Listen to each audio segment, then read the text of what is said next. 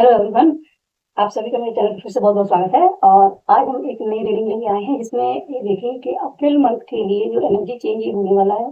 इस energy change के बाद अप्रैल मंथ के लिए आपकी हायर सेल्फ के क्या मैसेज है आपके लिए, आपको क्या ध्यान रखने की जरूरत है, आपको क्या जानने की जरूरत है और क्या ऐसी चीजें हैं जो आपको नहीं पता है और आपके माइंड में चल रही है। क्योंकि हायर सेल्फ वही होता है जो आपके अंदर है, लेकिन आप उस तक पहुंच पाए या नहीं पहुंच पाए, उसके मैसेज आपने रिसीव किए नहीं किए, वो सारे मैसेज हम यहाँ पे अप्रैल मंथ के लिए लेने वाले हैं। जब तक मैं सफल करूँ तब तक आप अपनी अ, इसमें ग्रेटिट्यूड शो कर सकते हैं। जो भी आपके इष्ट है उनको ग्रेटिट्यूड शो करें और उनसे प्रेयर करें कि अप्रैल मंथ के लिए आपके लिए अच्छे अच्छे मैसेजेस निकल के आए। और मेरे चैनल को लाइक एंड सब्सक्राइब कर दें।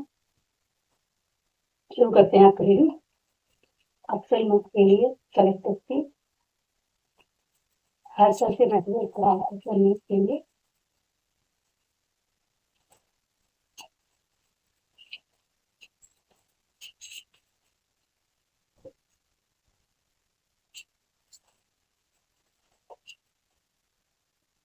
अभी बहुत हो गया।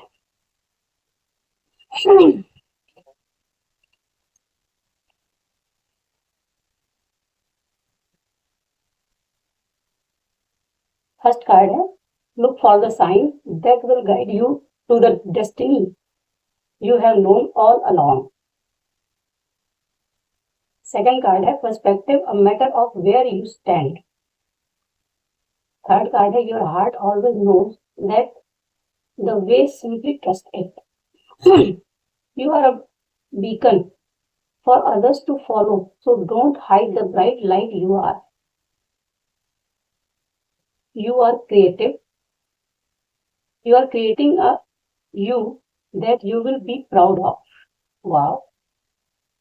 Continue to make the most of every open door.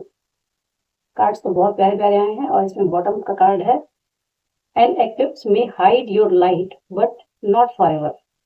Actually इसमें कुछ आपके लिए अलर्ट्स भी हैं और बहुत अच्छे अच्छे मैसेजेस भी हैं, गाइडेंस भी निकल के आई है। तो हम शुरू करते हैं पहले कार्ड से। पहला कार्ड कहता है कि look for the sign that will guide you to the destiny you have known all along. कहता है आपको इस समय एंजल्स या डिवाइन जो भी आपके आसपास जो स्पिरिट गाइड है वो सारे आपको कुछ ना कुछ ऐसे सिग्नल दे रहे हैं, ऐसे साइंस दे रहे हैं जो आपको आपकी डेस्टिनी की तरफ लेके जा रहा है। उन साइंस पे आपको ध्यान देने की जरूरत है और उन साइंस को फॉलो करते हुए आप अपनी डेस्टिनी तक पहुंच सकते हैं। ये आपके लिए एक गाइडेंस के लिए है कि आपको वो साइंस ध्यान देने की जरूरत है, क्योंकि ये एक्लिप्स के जो एनर्जी चेंज हो रही है उसमें एनर्जी में काफी ज्यादा शिफ्ट आएगा और हर एक चीज की थोड़ा फास्ट होने के भी चांसेस हैं, तो उस पर ध्यान देने की जरूरत है। सेकंड कार्ड कहता है perspective is a matter of where you stand. तो ये कहता है कि आप अपने पर्सपेक्टिव को देखिए कि आप क्या देखना चाहते हैं, कि आपको जो चीज दिख रही है सामने, कुछ चीजें दिख रही हैं, आप केवल उनमें अटक के रहना चाहते हैं या बिगर पिक्चर देखना चाहते हैं, आप अपने आप को कहाँ देखना चाहते हैं, या आपकी आई हुई सिचुएशन को क्या आप एक 3D माइंडसेट से देख रहे हैं। कोई ऐसी चीज है आपकी लाइफ में जिसमें आप अपने आप को बस घिरा हुआ पाते हैं, उससे बाहर निकलने का रास्ता इसलिए नहीं निकल पाता क्योंकि आप उसको दूर तक नहीं देख पाते हैं। बहुत सारी चीजें हम लोग के आसपास में ऐसी होती है जिसमें बहुत उलझ जाते हैं और हमको लगता है कि बहुत सारी चीजें उलझने हैं आसपास में, कुछ करने की इच्छा नहीं है या छोड़ देने की इच्छा है या अपनी जर्नी से पीछे हटने की इच्छा है, क्योंकि वहां पर हमारा पर्सपेक्टिव ही हमें मैनिपुलेट कर रहा होता है। तो ये कार्ड कहता है कि आपको अपने पर्सपेक्टिव को चेंज करने की जरूरत है कि कहाँ आप खड़े हैं, आप अपने आप को कहाँ देखना चाहते हैं, और वो सारी चीजें आपके पर्सपेक्टिव पे ही डिपेंड करती है कि आप इस समय कहाँ हैं और आगे आप कहाँ जाना चाहते हैं। वो सारी आपकी खुद की सोच है जो आपको जहां तक लेके जाए। तो अपने पर्सपेक्टिव पे ध्यान देने की जरूरत है कि आप किसी भी चीज को किस वे में देख रहे हैं। थर्ड कार्ड है your heart always know the way, simply test it. Guys मैं तो हमेशा से हार्ट को ही मतलब बहुत ज्यादा, मुझे लगता है कि इंसान दिमाग को छोड़ के केवल हार्ट के सहारे ही चलते तो बहुत अलग बात है कि ये भी सही नहीं है, पूरी तरीके से प्रैक्टिकल होना भी चाहिए। ये कार्ड ये कहता है कि आपके हार्ट को पता है सब कुछ, आप उस पर पूरी तरीके से ट्रस्ट करके आगे बढ़ सकते हैं। आपके माइंड को आप इस समय फिलहाल मैनिपुलेट करने, देखिए जब हाई एनर्जी रहती है तो हाई एनर्जी में इंसान बहुत ज्यादा मस्कुलिन वाली एनर्जी में आ जाता है, बहुत ज्यादा काम के पीछे या बहुत सारे प्रैक्टिकली जो सोचने वाली चीजों को लगता है कि ये भी कर ले, ऐसे भी कर ले, वैसे भी कर ले। बहुत सारे डिसीजन होते हैं और बहुत सारी एनर्जी जब एक साथ आती है तो बहुत पजल भी हो जाता है कि क्या करे क्या ना करे, कुछ ये समझ नहीं आती। उस जगह पे ये कार्ड कहता है कि आपके हार्ट को सब पता है, केवल उसको फॉलो कीजिए और उसको ट्रस्ट कीजिए, वो आपको पूरी की पूरी तरह से आपका रास्ता क्लियर कर देगा। फोर्थ कार्ड कहता है कि you are a beacon for others to follow, so don't hide the bright light you are.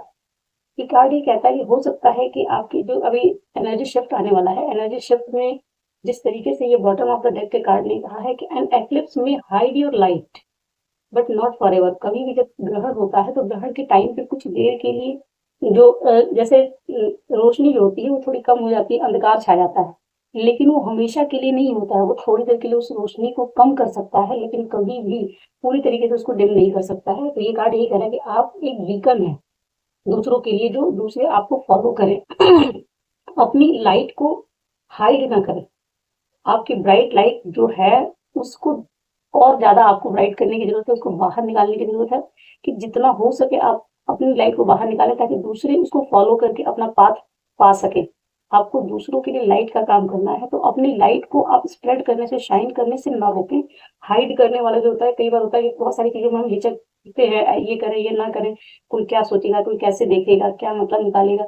इन सारी चीजों से यहाँ फिलहाल आपको एकदम फ्री होने की बात कही जा रही है कि फ्रीडम में आइए पूरी तरीके से, और आपके अंदर जो लाइट है उसको स्प्रेड करने का टाइम है।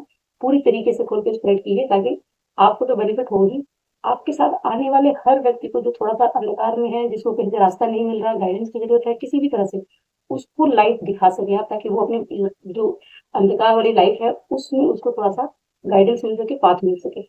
नेक्स्ट कार्ड कहता है you are creating a you that you will be proud of. ये कहता है अप्रैल मंथ में आप अपने आप को उस तरीके से क्रिएट करने वाले हैं। एक्चुअली हायर सेल्फ क्या होता है कि जो हम आज हैं, वो हायर सेल्फ हमारे अप्रैल के मंथ में हम जो होंगे वो उसको देख रहा है, और ये कह रहा है कि आप अप्रैल मंथ में आप खुद को वो क्रिएट करने वाले हैं जिसपे आप खुद प्राउड करने वाले हैं। तो अब अप्रैल मंथ आप सभी के लिए, हम सभी के लिए बहुत ही ज्यादा वंडरफुल होने वाला है, जिसमें हम सभी अपने आप के ऊपर ही प्राउड करने वाले हैं। तो सोचिए कुछ ना कुछ तो ऐसा करने वाले हैं, क्योंकि यहाँ पे भी आया हुआ है एक गोल्डन गेट। कहता है continue to make the most of every open door. जितनी भी आपकी अपॉर्चुनिटीज मिलती हैं उन पे आपको काम करने की जरूरत है, और उन पे आगे बढ़ते रहने की जरूरत है। जितना हो सके अपनी चीजों को आप जो फर्स्ट कार्ड कहता है कि आपको साइंस मिल रहे हैं, सिग्नल मिल रहे हैं, आपको उस पे काम करके अपने लिए अपॉर्चुनिटी को ग्रैब करना है, और उस पे जितना हो सकता है काम करने की जरूरत है। हर ओपन डोर के लिए आपको अलर्ट उसमें रहना पड़ेगा कि क्या आपके लिए अपॉर्चुनिटी है, और उसके लिए आपको क्या करना है, कैसे करना है, वो सारी चीजें आपको अपना बेस्ट देने की बात की जा रही है। लास्ट कार्ड एक थोड़ा सा आपको ये कहता है कि ग्रहण जब आता है तो ग्रहण के टाइम पे नेगेटिव का, तो सॉरी, एनर्जीज का बहुत चेंज होता है। अप एंड डाउन होता है, अप भी होता है और डाउन भी होता है। दोनों ही केसेस में आपको संभल के रहने की जरूरत होती है, क्योंकि अगर डाउन हो गई तो वैसे ही डाउन है, नेगेटिविटी आपको दे सकती है, या नेगेटिव एनर्जीज का अटैक होता है, अमावस्या और सारी चीजें टाइम होता है। इस टाइम पे थोड़ा सा रहता है कि एनर्जी का फ्लक्चुएशन काफी ज्यादा रहता है। तो इसमें ये कहता है कि आपको थोड़ा सा अलर्ट रहने की जरूरत है, कि अपनी एनर्जी को बैलेंस करने की जरूरत है। मंत्र जाप कर लीजिए, या स्पिरिचुअल एक्टिविटी से जुड़े रहिए, जो भी आप कर सकते हैं अपने लिए बैलेंस करने के लिए। ग्राउंडिंग कीजिए, नेचर से कनेक्ट रहिए, अपने आप को हैप्पी रखने की कोशिश कीजिए, क्योंकि हैप्पीनेस से वाइब्रेशन हाई रहती है। हार्ट से कनेक्टेड रहेंगे तब भी आपकी वाइब्रेशन हाई रहेगी। म्यूजिक से कनेक्टेड रहिए, मेरा फेवरेट है म्यूजिक, म्यूजिक से कनेक्टेड रहिए, तो आपकी वाइब्रेशन अपने आप हाई कर देता है। और जब ये हाई होती है एनर्जी, तब भी एक प्रॉब्लम होती है कि हाई एनर्जी को बैलेंस कर पाना थोड़ा प्रॉब्लम होती है। उसमें एग्रेशन बढ़ जाता है, गुस्सा बढ़ जाता है। जैसे कार्ड है, कार्ड ये बताता है, इसमें रेड कलर दिख रहा है, वो कहीं ना कहीं ये भी दिख रहा है कि हो सकता है कि जब एनर्जी हाई होगी तो कहीं ना कहीं आपको एंगर इशू आ सकता है, चीजें सरफेस होंगी। जब एनर्जी, ये एक्लिप्स का टाइम जो होता है, उस टाइम पे आपके जो भी हिडन इमोशंस रहते हैं, या जो भी आपके अंदर के जो अभी भी अनहील्ड पार्ट है, वो चीजें सरफेस होती हैं। और वो जैसे जैसे आएगी, सरफेस होगी, आपके अंदर इमोशंस बढ़ेंगे, तो या तो एग्रेशन होगा या डिप्रेशन होगा। दोनों ही सिचुएशन थोड़ी सी अलर्ट वाली होती है, कि उस टाइम पे अपने आप को बैलेंस करने की जरूरत है। चलिए अब नेक्स्ट आपके लिए कुछ गाइडेंस ले लेते हैं शिवा ओरेकल से। देखें भोले बाबा क्या कहते हैं आपको, कि अप्रैल मंथ के लिए आपको क्या करने की जरूरत है, क्या कहाँ पे आपको अपने आप को संभालने की जरूरत है, और कौन सी ऐसी चीजें हैं जिनको आपको ध्यान में रखने की जरूरत है। बहुत जल्दी कार्ड आ गया। Okay, self care, take a break and rejuvenate. ये कार्ड यही कहता है, मैं एक्चुअली ओ सॉरी इसमें दो कार्ड आ गया। फर्स्ट कार्ड कहता है self care, take a break and rejuvenate.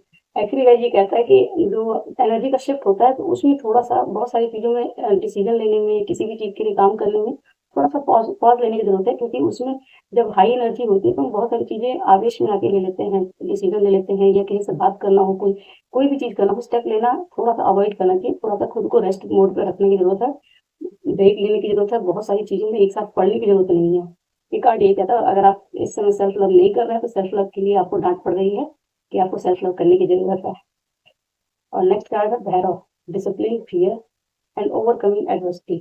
कहते हैं कि काल भैरव भी शिव जी के ही रूप हैं, और वो कहते हैं कि आप पूरी तरीके से प्रोटेक्टेड हैं, कोई टेंशन लेने की ज़रूरत नहीं है।